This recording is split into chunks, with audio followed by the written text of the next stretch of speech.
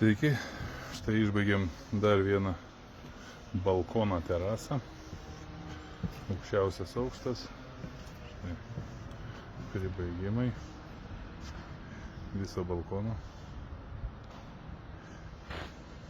įsipjaustėm, priėjom, visur apdirbom, prie parapetų, prie turėklų, suvedėm lygiai. Į apačią buvo dideli nuolydžiai, suvedėm iš 5 kampų nuolydžių į bendrą plokštumą, kurį reikia padarėme minimalius pakritimus. Ir štai gaunas puikus balkonas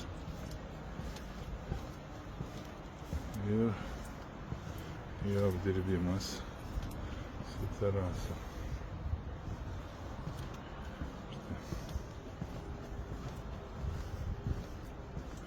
Čia laukiam lietvamzdžių, kol į parduotuvę atveš, tada tik tai įstatom ir viskas.